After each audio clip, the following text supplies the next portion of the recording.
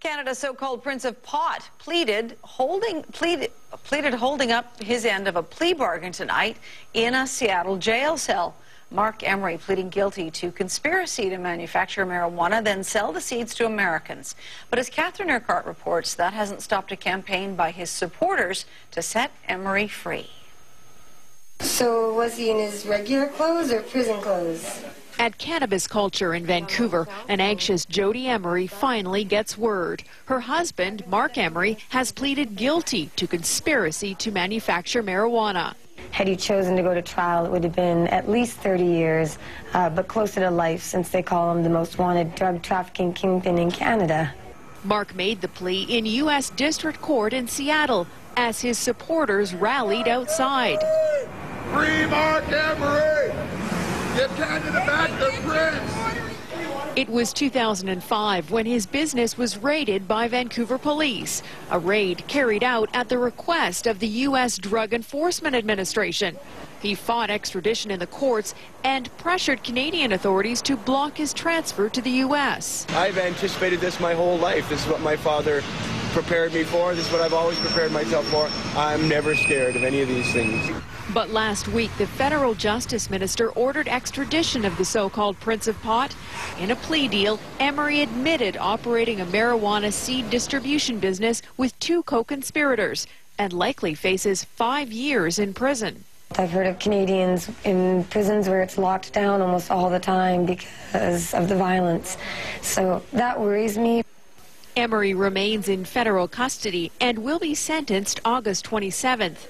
Jody's expired passport prevented her from attending court for his plea, but she's hoping he'll eventually be transferred to a Canadian jail. This is going to be very difficult. I've had a lot of years of training, and he's an amazingly strong, inspiring, brilliant man, and I hope to carry on the torch in his place and succeed with all the support I have behind me.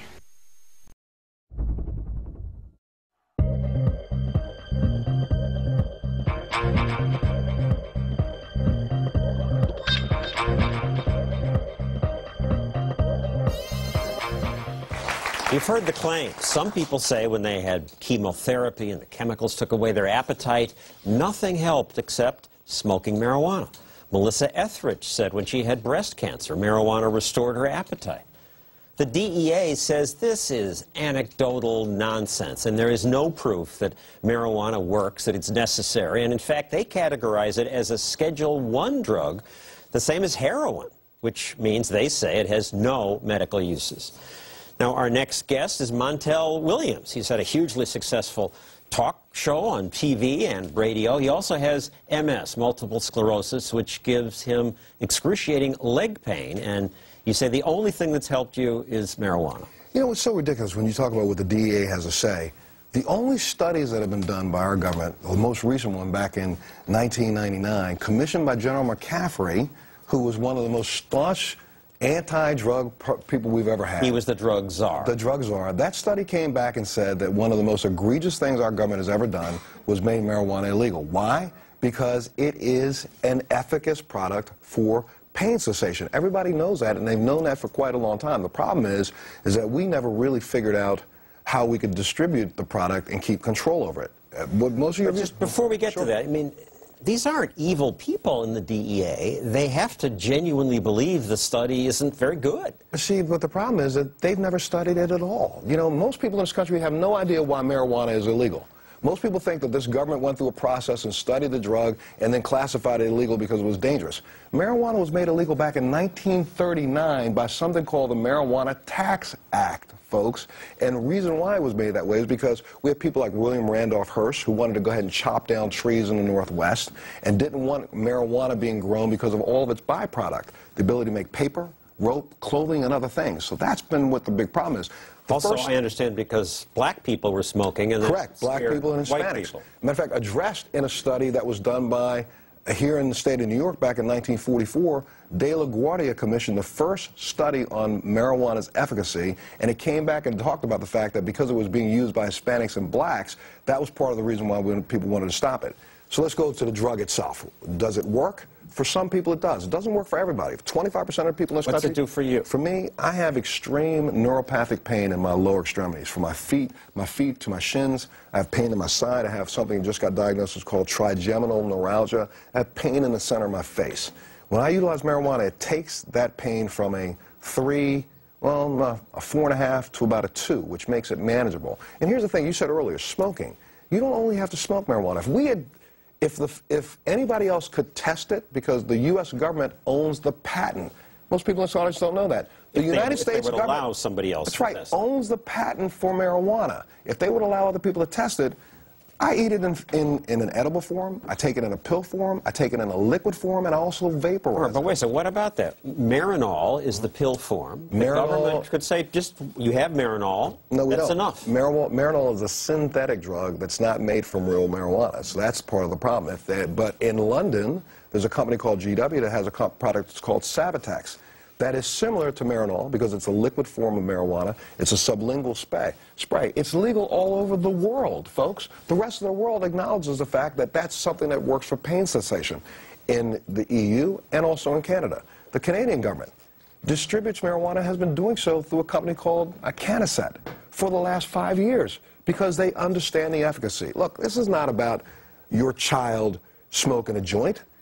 I would say this, if the President of the United States himself, if Sasha or Malia were laying in a bed, writhing in pain, the President and the First Lady, if told, this little cookie will take away your child's pain, Sasha and Malia will be taking a little marijuana tonight. But this kind of is about your child getting high, because a lot of the people in California have used the legal medical marijuana law to just find a way to smoke. There are a lot of people in this country today who are strung out on Oxycontin, strung out on Vicodin, strung out on Percocet, strung out on a lot of other drugs that our government controls, and they're not doing a good job of controlling that. I got 22 years in the military. I put my life on the line for this country. Don't I have a right to pay my taxes and be a functioning member of the society? Do I not? America's supposed to be about liberty.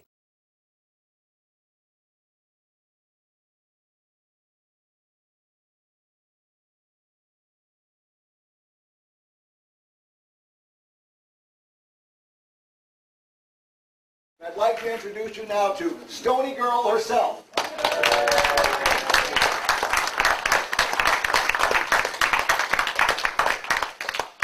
So very much.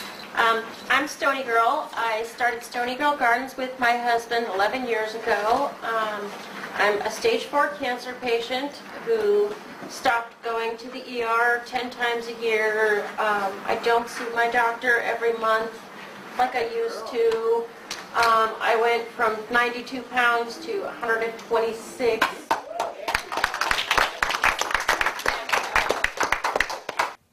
Well, Stony Girl, it is so exciting to have you here on Marijuana, Compassion, and Common Sense. Thank you for joining us tonight. You know, first question. Is Stony Girl your real name? No, that is a name that was given to me by my very best friend 20 years ago because her idiot husband would never remember who I was when she said she was going to go see a movie with Jen or going to go out and have a drink with Jen. He'd be like, who, what, who? And she would say, you know, the Stony Girl, and he would always remember. So that's how I got that nickname, and she's been telling stories about Stony Girl all over the country for years and years and years. How did you get involved with Stony Girl? How did the Stony Girl Farms come into being? Well, Stony Girl Gardens started in 1999. I had gotten my medical marijuana license and immediately murdered 21 plants in a row, and I went down to the local tavern and was walking up to strangers with my license saying, hi there, mister, this here is a pot license. Do you know how to grow pot? And my husband said, lady, someone's going to kill you. I'll do it just to make sure I can save your life. And so he started growing for me, and that's where we started. And I had stage 4 cancer. I was diagnosed in 1993. With the most advanced case of papillary thyroid cancer ever seen in a living patient at Oregon Health Sciences University. Wow. I was the very first modified radical throat dissection. And that did the trick? Well, no. But for the most part,